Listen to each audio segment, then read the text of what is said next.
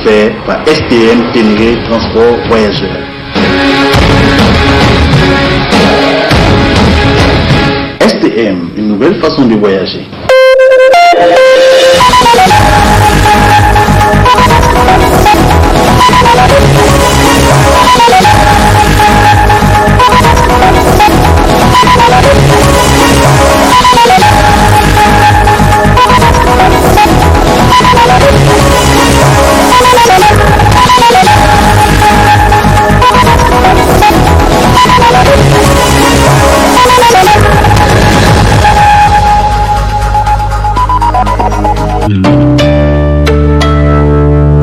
Messieurs, dames, bonsoir et bienvenue à notre édition du soir. Édition que nous ouvrons avec cette déclaration de la CSI Afrique suite à l'attaque d'un camp militaire au Niger.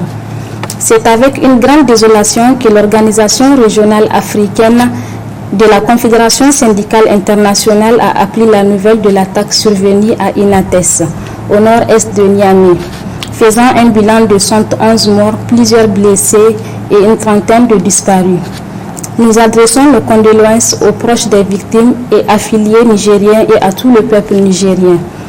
Une fois encore, le terrorisme a sévi, entraînant toute la région du Sahel dans l'émoi et la peur.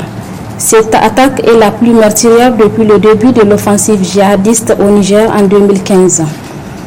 Au-delà de ces pays, c'est tout le Sahel qui est visé par les assauts de plus en plus audacieux des groupes islamistes armés avec ses retombées socio-économiques sur le continent. Tout en félicitant le courage et l'abnégation des forces de sécurité nigériennes, nous appelons le gouvernement nigérien et tous les chefs d'État du G5 Sahel à faire preuve d'un meilleur engagement et à redéfinir les stratégies d'intervention pour protéger les populations face à la menace terroriste de plus en plus pesante. Une fois encore, nous adressons nos condoléances aux familles des victimes et souhaitons un prompt rétablissement aux blessés. Solidairement, le secrétaire général Kwasi Adou Amanka. Poursuivant ce journal avec le président du parti politique PNDS Tareya, M. Bazoum Mohamed, qui était ce matin face à la presse pour éclairer l'opinion nationale sur les récents événements survenus le 10 décembre 2019 au camp militaire d'Inates par des terroristes faisant 111 morts côté militaire et donner un démenti sur ce qui est véhiculé sur les réseaux sociaux. Suivant ensemble un extrait avant de le retrouver en partie magazine de ce journal. Nous avons des Français dont la présence sur notre territoire, ici à l'aéroport de Niamey seulement, sur une petite portion de la base militaire de l'aéroport de Niamey, leur présence, ces Français-là, ne s'explique que dans le cadre des activités menées par Barkhane, qui est une opération qui concerne au premier chef du Mali, mais qui s'étend à l'ensemble des pays du Sahel. Ce n'est pas plus que cela la présence des Français. Ces Français ne sont venus que quand il y a eu l'invasion du Mali par les terroristes et que les chefs d'État africains avaient demandé à la France d'intervenir pour empêcher qu'ils n'occupent Bamako et qu'ils ne provoquent un grand désordre dans la sous-région. Avant cela, les Français n'étaient pas là. Ils n'étaient pas au Niger, pas plus qu'au Mali ou que dans ces autres pays-là. Ils ne sont venus qu'à notre demande, dans le cadre de cette opération si nécessaire, sans laquelle le rapport de force aurait été totalement différent et totalement en défaveur de nos pays. Nous devons le savoir. Donc quand les gens parlent de base militaire, il s'agit de cela, de quelques avions de Barkhane qui sont utilisés qui utilisent l'aéroport de Niamey parce qu'il est plus proche du théâtre de la guerre qui se passe au Mali. Ce n'est pas plus que cela. Et ce ne sera pas plus que cela. Quand on parle de base militaire, on fait allusion à la présence d'un personnel de 50 personnes allemands, militaires allemands, qui eux aussi sont à l'aéroport de Niamey, confinés à l'aéroport de Niamey, et qui ne sont là que dans le cadre de la coordination logistique des moyens que les forces allemandes qui sont présentes dans le cadre de l'aménagement au Mali utilisent. Donc ce sont des militaires qui sont là parce que tout simplement l'aéroport de Niamey est l'aéroport qui est utilisé pour descendre le matériel qui est nécessaire à la présence du contingent allemand au nord du Mali dans le cadre de la MINUSMA. Les partis politiques membres de la majorité présidentielle ont rendu public ce 17 décembre 2019 une déclaration sur la situation sécuritaire au Sahel, particulièrement au Niger, avec les événements douloureux survenus le 10 décembre 2019 dernier au camp militaire d'Inates. Le compte rendu de Mimouna Diado et Moumouni Abdrahman. Les partis politiques membres de la majorité présidentielle présentent leurs condoléances aux familles des 111 militaires tombés sur le champ d'honneur suite aux événements douloureux survenus sur le camp militaire de Inates, région de Tilaberi, frontière Mali, à travers cette déclaration, tout en dénonçant le terrorisme au Sahel. Cette tragédie qui a profondément affecté tous les Nigériens, où qu'ils soient et quels qu'ils soient, est une épreuve supplémentaire à laquelle notre pays est soumis de la part d'organisations terroristes nées hors de notre pays et animées par des hommes venus d'autres continents ou d'autres régions d'Afrique, pour qui le Niger est un théâtre où ces illuminés peuvent laisser libre cours à leur pulsion de mort, quitte à s'aimer la désolation dans nos foyers et le désordre dans notre pays. Ces terroristes cyniques, en rupture de banc avec leur propre société, ont pu instrumentaliser des jeunes incultes du Niger ainsi que d'autres pays voisins, ignorant tout de notre religion, qu'ils ont engagé dans une entreprise criminelle d'envergure aux antipodes de l'idéal de la foi islamique. Après le Mali, il se propose désormais de déstabiliser le Niger et le Burkina Faso, puis d'autres pays de la région. Sous prétexte de djihad, ces jeunes incultes qu'ils sont parvenus à mettre sous leur férule sont en train d'exercer une violence terroriste éprouvante et humiliante sur des paisibles populations, provoquant partout des tensions intercommunautaires. Le terrorisme qui prévaut aujourd'hui dans nos pays du Sahel, affilié à Al-Qaïda et à Daesh, est un terrorisme aussi dangereux que ceux qui l'ont précédé de par le monde, dont il est un avatar local. De même qu'il a fallu de grandes coalitions internationales pour le combattre ailleurs, de même une telle mobilisation est nécessaire au Sahel. Les partis membres de la majorité présidentielle apportent un démenti contre la campagne qui est développée contre le terrorisme au Sahel. Les partis membres de la majorité présidentielle s'inscrivent en faux contre la campagne qui est développée contre nos alliés dans le combat contre le terrorisme, à savoir la France et les États-Unis d'Amérique. Ces forces sont dans nos pays à notre demande souveraine. La France en particulier dépense beaucoup de ressources pour entretenir l'opération Barkhane et a perdu plus de 40 de ses fils au Mali. Il y a seulement de cela quelques jours, elle avait perdu 13 hommes, dont 6 officiers, dans un accident de ses 2 hélicoptères au Mali. Ceux qui entretiennent cette campagne contre la France veulent provoquer un ressentiment au sein de l'opinion contre ce pays. Leur malveillance est manifeste puisqu'ils recourent systématiquement à l'intoxication consistant à utiliser sur les réseaux sociaux de fausses informations, de fausses images, de faux messages vocaux, des preuves totalement fabriquées pour les besoins de la cause. Leur campagne implacable, hystérique et hallucinante se base sur une théorie du complot ridicule, voulant que ce soit la France qui arme les terroristes pour qu'ils tuent ses soldats et détruisent ses hélicoptères. La théorie de l'impérialisme, réchauffée pour la circonstance, n'a de pertinence que pour les esprits non avertis. La France, qui a quelques avions sur la base de notre armée de l'air à Niamey, ou l'Allemagne, qui a quelques soldats, ne sont là respectivement que dans le cadre de l'opération Barkhane et de la MINUSMA au Mali. L'Allemagne n'a aucune entreprise au Niger et la France n'en a que très peu. Le seul pays qui est militairement présent au Niger à travers son projet de base de drone à Agadez sans rapport direct avec le Mali, à savoir les États-Unis d'Amérique, n'a aucune entreprise au Niger. A contrario, le pays qui a les entreprises les plus nombreuses, à savoir la Chine, n'a pas un seul soldat sur notre territoire. Pour finir, les partis membres de la majorité au pouvoir apportent leur soutien au président de la République dans sa lutte contre le terrorisme au Sahel. La suite de ce journal avec le parti Kishinkasa qui a soufflé hier ses 4 bougies couplées à l'investiture de son candidat aux élections présidentielles de 2020-2021 qui se tiendront dans notre pays. La cérémonie s'est déroulée au Palais des Sports de Niamey en présence des militants et des partis amis. Le compte rendu de Maimouna Gado et Abdraman Moumouni.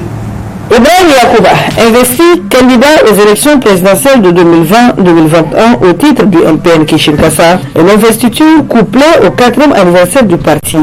Les partis de l'opposition, de la majorité, les partis amis africains, les acteurs de la société civile nigérienne étaient de la fête pour marquer leur solidarité au parti Kishinkasa qui a su en 4 ans s'imposer sur l'échiquier politique national.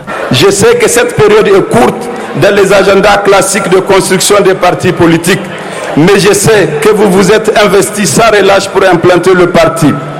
Aujourd'hui, grâce à vos efforts, à votre force de conviction et à votre courage, nous sommes partout au Niger, dans toutes les villes du pays et de la diaspora.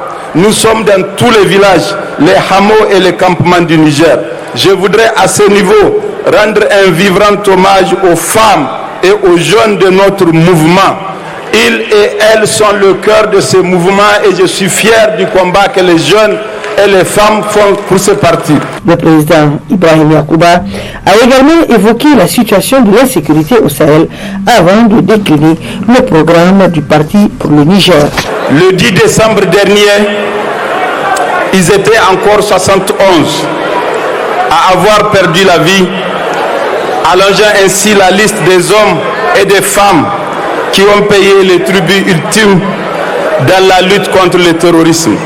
Il s'agit de nos frères, de nos enfants qui ont senti au sacrifice suprême pour protéger notre beau pays. Je considère que je m'adresse à vous en un jour important sur le chemin inexorable de la réalisation de notre projet patriotique. Je le dis parce que je suis absolument conscient que ce qui va se passer dans quelques mois dans notre pays n'est pas simplement ou seulement une campagne électorale ordinaire. Je le dis parce qu'il s'agit d'un tournant qui nous condamne à l'emporter démocratiquement pour mettre fin à un système qui, au bout de 10 ans, a montré toutes ses limites et a réduit les Nigériens à l'état de survie. À l'évidence, ce pouvoir veut tenter un pari impossible, être fortement impopulaire et gagner quand même les élections. Camarades militantes et militants, mes chers compatriotes, notre pays se porte très mal. Dire cela n'est pas une posture d'opposant. Tous les indicateurs le montrent. Il y a exactement 7 jours, le rapport sur le développement humain classait notre pays pour la 9e année consécutive au dernier rang de l'indice du développement humain. Comment donc peut-on avoir autant de richesses dans son sous-sol, des ressources financières plus importantes, une jeunesse dynamique, des femmes résilientes et travailleuses et rester constamment pauvres et derniers de la planète? La situation du Niger, telle que nous l'avons décrite et telle que les Nigériens la connaissent suffisamment, nous impose un changement radical d'orientation. Pour cela, nous entendons réformer profondément notre démocratie en mettant en œuvre de nouveaux espaces de droit et de liberté pour garantir la sécurité et l'intégrité de nos frontières. Je serai le chef qui gagnera la guerre et qui fera la paix, Inch'Allah. Nous moderniserons nos armées et leur donnerons la formation et les moyens nécessaires. Nous considérons que la sécurité de notre pays est une mission régalienne de l'État du Niger. Un gouvernement incapable d'assurer la sécurité du pays et la défense des frontières est un gouvernement disqualifié pour diriger. Comment, en effet, peut-on dire que ceux qui dénoncent les alliances et les bases étrangères sont pires que ceux qui nous attaquent? L'éducation sera une de nos priorités les plus fortes. nous avons une claire vision de ce que nous devons faire. Nous mettrons en œuvre une réforme en profondeur du système et rehausserons significativement le budget de l'éducation et de la formation. Nous devons nous défaire de ce système aux prochaines élections, Inch'Allah. Enfin, le président du parti rassure ses militants et sympathisants quant à sa détermination de lutter vaille que vaille pour hisser haut les couleurs du parti aux prochaines échéances de 2020-2021 au Niger.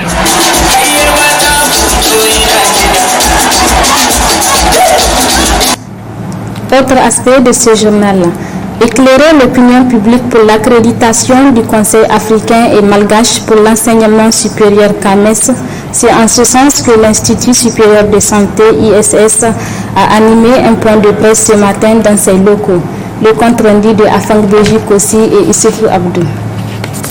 À l'issue de l'évaluation de l'Institut supérieur de santé, les experts du Conseil africain et malgache pour l'enseignement supérieur CAMES ont accrédité l'Institut avec une moyenne de 97,50 sur 100. Pour le fondateur de l'ISS, Amadou Diogou, c'est l'occasion de remercier le corps professoral, les enseignants de l'école et des terrains d'application et tous ceux qui de loin ou de près ont contribué à ce succès. Il a également saisi l'occasion d'éclairer l'opinion publique sur les avantages d'une accréditation CAMES.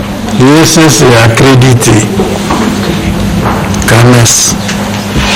Selon M. Fall, ancien secrétaire général du CAMES, seul un tiers des écoles privées déposent des demandes de reconnaissance de leur diplôme. Parmi les écoles qui déposent une demande, seuls 65% obtiennent la reconnaissance de leur diplôme. C'est le lieu d'éclairer l'opinion publique sur quelques avantages d'une accréditation du CAMES. Au plan académique, une meilleure gestion de l'offre, c'est-à-dire les services académiques de qualité, la transparence et l'éthique, la reconnaissance nationale, régionale et internationale, les mobilités, c'est-à-dire des enseignants et des étudiants, et le transfert des compétences. Au plan économique, enjeu marketing, un rayonnement et une attractivité, l'insertion professionnelle, un moyen de captation des ressources financières, la satisfaction des parties intéressées, les bénéfices qualité, l'optimisation du fonctionnement, l'amélioration continue du système acquis et la migration vers d'autres reconnaissances. En conclusion, le label CAMES est gage d'assurance de qualité, de crédibilité à travers l'espace CAMES et le monde. L'Institut supérieur de santé ISS est l'une des instituts de renommée depuis des décennies. Avec cette accréditation du CAMES, l'acte vient de joindre la parole. Chers parents, n'hésitez plus, faites de bons choix, choisissez ISS. L'instance dirigeante de l'Union des étudiants de l'Université de Niamey a désormais un tout nouveau bureau avec comme secrétaire général le camarade Ibrahim Albadé Omar pour l'exercice syndical 2019-2020. La prestation des serments et la passation de services a eu lieu hier après-midi à la place AB de la dite université. Ralia Sami nous fait le point avec Ibrahim Kantama. Ce fut le rythme imposant de l'hymne national du Niger, chanté par les étudiants, que s'est ouverte l'Assemblée générale de passation de services de l'Union des étudiants de l'Université de Niamey, l'IENUN, qui a désormais un nouveau bureau pour l'exercice syndical de l'année académique 2019-2020, avec comme secrétaire général le camarade Ibrahim Albadé Omar. Tout Tous ont prêté serment devant l'Assemblée générale et ont été renvoyés à l'exercice de leurs fonctions. Nous tenons à remercier l'ensemble en tout cas des militants qui nous ont soutenus jusqu'au bout, qui nous ont accompagnés, parce que cette victoire, ce n'est pas la victoire du camarade Albadé, mais c'est la victoire de la grande base de Lénoun, parce que la grande base de Lénoun s'est donnée corps et âme afin de défendre, n'est-ce pas, son choix, afin d'ouvrir une nouvelle page, parce que ce que nous sommes en train de faire, c'est d'écrire une nouvelle page, n'est-ce pas, de l'histoire de Lénoun. Cette organisation a toujours marqué l'histoire de ce pays et nous comptons en tout cas, à travers ce mandat-là que la base nous a confié, réécrire une nouvelle page qui va retentir, n'est-ce pas, dans la mémoire des hommes jusqu'à la fin du temps. Et ce que nous voulons faire, c'est vraiment un combat pour redonner à l'université ses lettres de noblesse. Parce que notre université avant était la plus grande. Et avant, tout le monde venait de toute la sous-région pour venir à l'université de Niamey. Mais malheureusement, l'université a perdu ses lettres de noblesse. Nous voulons, à travers ce mandat-là, faire un travail pour que l'université retrouve, n'est-ce pas, cette grandeur-là qu'elle avait à l'époque. Et que l'étudiant, en tout cas, que l'étudiant aussi retrouve la valeur et la fierté. Parce qu'à l'époque, l'étudiant était la fierté de la nation.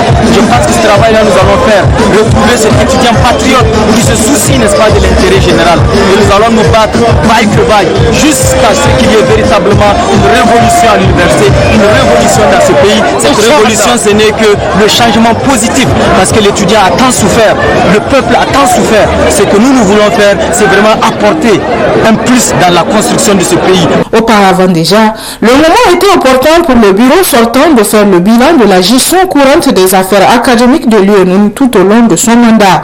Les étudiants, eux, restent confiants vis-à-vis du nouveau bureau installé. Le comité exécutif actuel a ce qu'on appelle à son actif la confiance des scolaires nigériens.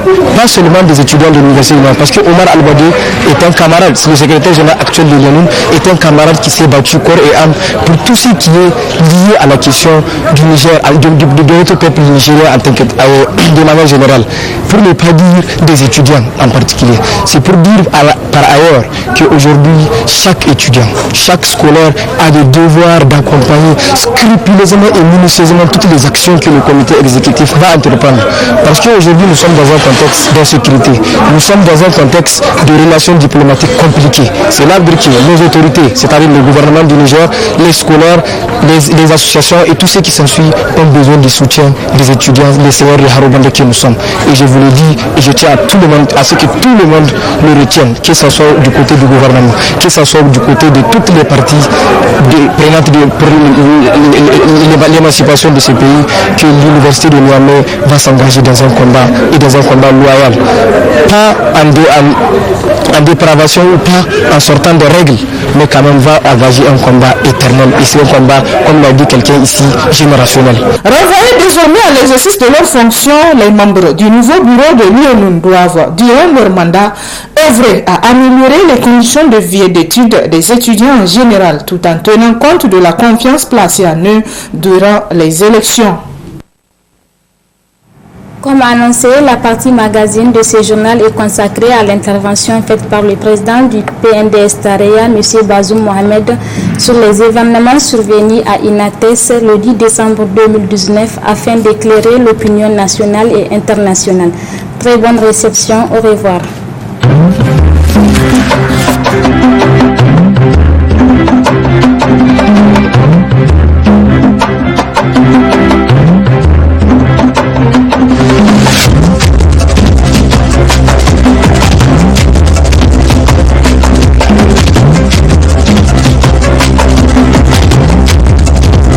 Les batailles qui sont engagées contre nos forces sont des batailles qui bénéficient d'expertise de personnes qui viennent d'ailleurs. Vous savez, l'État islamique a été défait en Irak et en Syrie, et nous avons comme l'impression que son projet de venir en Libye puis de s'étendre au Sahel est en ce moment tout à fait en cours. Et c'est pourquoi il faut leur répondre de façon appropriée, c'est-à-dire dans le cadre d'une mobilisation, elle aussi, internationale.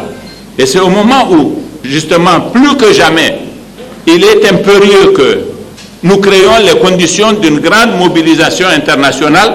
Vous avez sur les réseaux sociaux une grande campagne qui est en train de développer pour dénigrer, justement, la présence des forces militaires étrangères dans les pays du Sahel et qui demandent leur départ. Ce qui coïncide étrangement avec la revendication des organisations terroristes, elles aussi. Et à ce propos, nous voudrions que les Nigériens sachent qu'en fait de base militaire au Niger, nous avons des Français dont la présence sur notre territoire, ici à l'aéroport de Niamey seulement, sur une petite portion de la base militaire de l'aéroport de Niamey, leur présence, ces Français-là, ne s'explique que dans le cadre des activités menées par Barkhane, qui est une opération qui concerne au premier chef du Mali, mais qui s'étend à l'ensemble des pays du Sahel. Ce n'est pas plus que cela la présence des Français.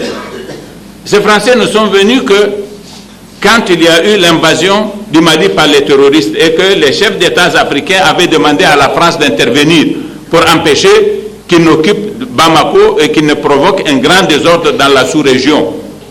Avant cela, les Français n'étaient pas là. Ils n'étaient pas au Niger, pas plus qu'au Mali ou que dans ces autres pays-là. Ils ne sont venus qu'à notre demande, dans le cadre de cette opération si nécessaire, sans laquelle le rapport de force aurait été totalement différent et totalement en défaveur de nos pays. Nous devons le savoir.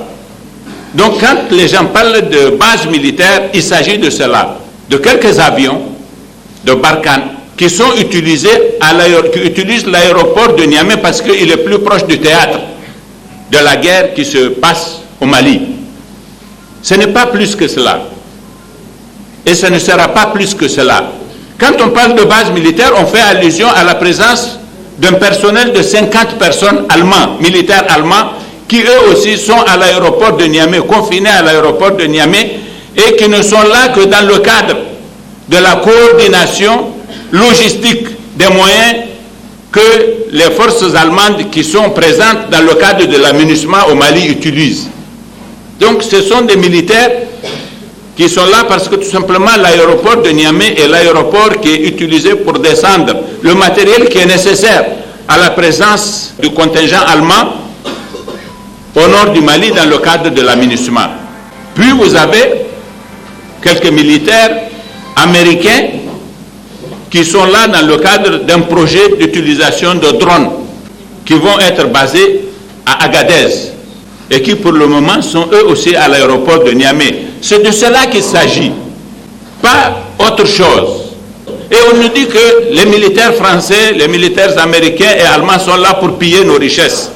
Piller nos richesses, ce serait dans le cadre de l'exploitation des richesses en question par des entreprises qui sont visibles, qui sont reconnues. Or, les Allemands, je peux vous dire, ils n'ont aucune entreprise vraiment connue qui a des intérêts au Niger et qui aujourd'hui est en train d'exploiter quelque chose qu'on peut considérer comme étant le pillage de nos richesses. Mais leur présence à l'aéroport de Niamey nous a beaucoup aidés parce qu'ils ont construit des infrastructures mais qui coûtent des milliards et des milliards. Et c'est nous qui avons dit aussi que s'ils doivent passer par un aéroport quelconque, il est bon qu'ils passent par l'aéroport de Niamey parce qu'ils payent des royalties, il y a beaucoup d'avantages à tirer et l'avantage des infrastructures qui ont été construites est là pour prouver que c'est plutôt une bonne chose que s'ils avaient choisi un autre aéroport pour acheminer le matériel dont ils ont besoin sur Gao. Les sociétés françaises, elles aussi, on peut en parler. Quelles sont les sociétés françaises qui sont connues et qui seraient en train de piller les richesses du Niger aujourd'hui et qui expliqueraient que la France ait envie de rester au Niger, même contre la volonté des citoyens nigériens? Vous avez une seule société, c'est Orano, ex-Areva, qui exploite désormais la mine d'uranium de Somaïr. La Cominac devant fermer l'année prochaine. Mais le Niger, dans la région d'Agadez, regorge d'uranium. Ce n'est pas pour autant qu'il soit exploité. Alors que nous aurions souhaité que tout le monde vienne l'exploiter. Nous sommes en train de mettre en œuvre une politique d'incitation aux investissements directs étrangers de nature à créer les conditions pour que chacun vienne exploiter notre uranium pour autant qu'il soit rentable. Mais personne ne tient à y investir, même Orano qui avait prévu un projet d'exploitation à Imouraren, y a renoncé parce qu'il n'est plus rentable. Les Chinois se sont essayés à Azélique, ils ont fermé leur usine d'Azélique parce que ce n'est pas rentable. Donc nous n'avons interdit à personne de venir exploiter l'uranium. Nous souhaitons que tout le monde vienne. Ce sont des règles qui sont définies par un code d'investissement dont tout le monde peut prendre connaissance. On a le code minier, il est à la portée de chacun et quiconque veut investir dans le domaine des mines au Niger, il lui est loisible, en respectant les conditions qui sont définies par le code minier, de venir procéder à ces investissements. Nous sommes dans un contexte de libéralisme total où aucun privilège n'est fait à quelque acteur économique que ce soit, a fortiori à quelque État que ce soit. Et donc, il faut en finir avec cette baliverne de nos richesses que les impérialistes viennent exploiter. Si ce sont des idées qui ont pu être vraies dans le contexte de la colonisation, quand l'économie, la structure de l'économie des pays occidentaux était dominée par le secteur secondaire et qu'ils avaient besoin de matières premières pour les transformer et faire leurs véhicules, leurs camions, leurs bateaux, les machines dont ils ont besoin dans le contexte du développement industriel qui utilisait beaucoup la sidérurgie à l'époque. C'était vrai aujourd'hui que la structure des économies de ces pays est dominée par le secteur tertiaire. Les matières premières ne sont pas si nécessaires que cela et personne ne va amener des armées dont le coût est très onéreux pour les maintenir en Afrique juste parce qu'ils voudraient piller les richesses. Nous aurions souhaité que beaucoup d'entreprises françaises viennent au Niger exploiter nos richesses, même minières, mais nous constatons qu'elles ne sont pas là, pas plus qu'elles ne sont pas dans le secteur tertiaire, où pourtant nous avons mis beaucoup de conditions d'incitation pour qu'elles viennent. Qu'est-ce que vous avez comme entreprise française à part Orano vraiment? Vous avez Veolia qui se charge de la distribution de l'eau. Ça a été fait dans le cadre d'un appel d'offres international déterminé par des règles très précises. Les Américains, ils n'ont aucune entreprise connue aujourd'hui qui exploite quelques richesses au Niger.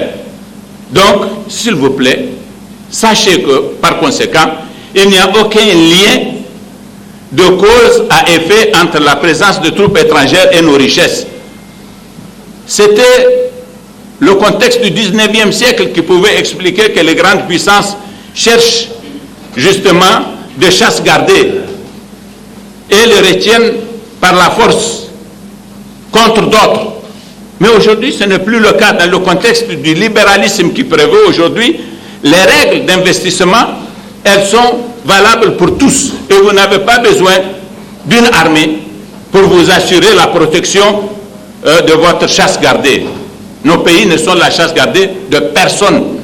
Nous avons besoin de tous les investisseurs et les codes d'investissement que nous mettons en œuvre sont des codes d'investissement qui sont de nature à inciter tous qui veulent investir, et ce, quel que soit le domaine. Par contre, les Chinois, vous avez beaucoup d'entreprises chinoises au Niger, en tout cas plus que d'entreprises françaises, américaines, allemandes réunies, et infiniment plus. Mais elles n'ont pas besoin d'un soldat, elles n'en ont pas eu besoin. La preuve, c'est qu'il n'y a aucun soldat chinois au Niger.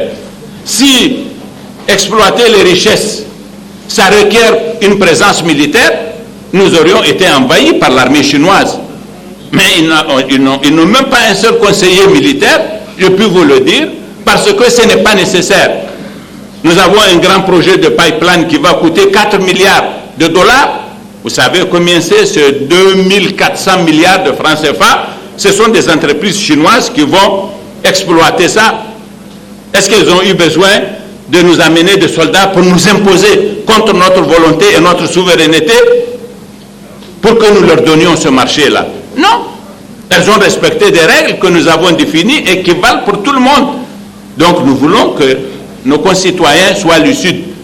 Cette campagne qui est entreprise contre la France est une campagne qui vise à faire en sorte que l'opinion française se demande, mais au juste, pourquoi nos enfants doivent-ils mourir, comme ça avait été le cas la dernière fois au Mali? Parce qu'il y a une opinion en France, et le gouvernement français obéit à son opinion. Et si on continue à dénigrer la France, ainsi que certains tentent de le faire aujourd'hui, pour que, justement, nous conditionnions l'opinion française a demandé à ses autorités de retirer leurs forces qui sont dans les Sahel, c'est qui perd et c'est qui gagne. En tout cas, nous perdrons, les terroristes gagneront. La France ou les États-Unis, je ne suis pas sûr qu'ils perdent quoi que ce soit dans l'immédiat, mais leur présence est dictée par une nécessité stratégique de leur rôle de grande puissance sur le monde. Autant elles sont intervenues ici, autant elles interviennent ailleurs, pour les mêmes raisons, tout simplement. C'est ça que nous voulons que nos compatriotes comprennent et qu'on mette fin à cette campagne en étant lucide, tout simplement. Ces gens qui développent ces théories-là, ces théories totalement hallucinées, ils utilisent WhatsApp en utilisant des images d'ailleurs pour les faire passer pour des images qui ont eu lieu au Niger. Je vais vous dire, moi je sais que tout ce qui a été passé là, c'est déjà passé sur les réseaux sociaux maliens. C'est sur le tard que c'est venu, c'est parce qu'il y a eu une atteste que c'est venu ici. Mais si c'était la vérité, pourquoi ceux qui disent ça n'avaient pas amené ces images dès le départ quand les Maliens en ont été gorgés, quand les Burkinabés avant eux en avaient été gorgés? Toutes ces images-là qui sont passées après une atteste sont des images qui ont circulé au Burkina, qui ont circulé au Mali. Elles ont été recyclées au Niger parce qu'il y a une émotion qui est favorable au délire que suggèrent justement ces images-là. Mais si elles étaient la vérité, et si ceux qui pensent, ceux qui sont en train de dire étaient conséquents, c'est avant qu'il y ait cette émotion qu'ils devaient amener ces images pour pointer justement l'impérialisme et dire voilà ses méfaits, voilà les manipulations dont il est capable, voilà pourquoi il est notre ennemi. Mais il a fallu qu'il y ait cet événement-là et toute l'émotion qui en est résulté pour qu'il l'ait exploité de cette façon-là. Ça s'appelle de la manipulation, tout simplement. Et nous ne pouvons pas accepter que l'opinion soit manipulée. Nous devons dire cela pour que les gens soient rassérénés, qu'ils soient totalement lucides et qu'ils comprennent les enjeux que nous menons aujourd'hui les uns et les autres. Chacun avec ses calculs, chacun avec ses projets, chacun avec ses visées.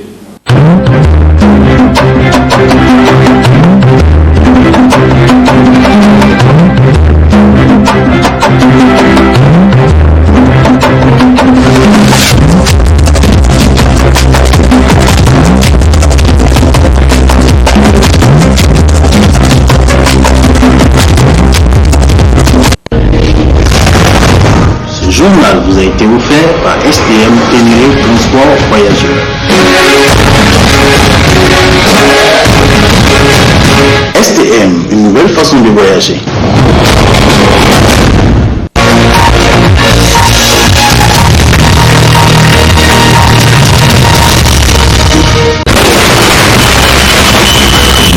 Radio Télévision Tamara 107 MHz. La voix de la femme. Tamara. Enfin, la télé. Chérie, you know you dey make me colo.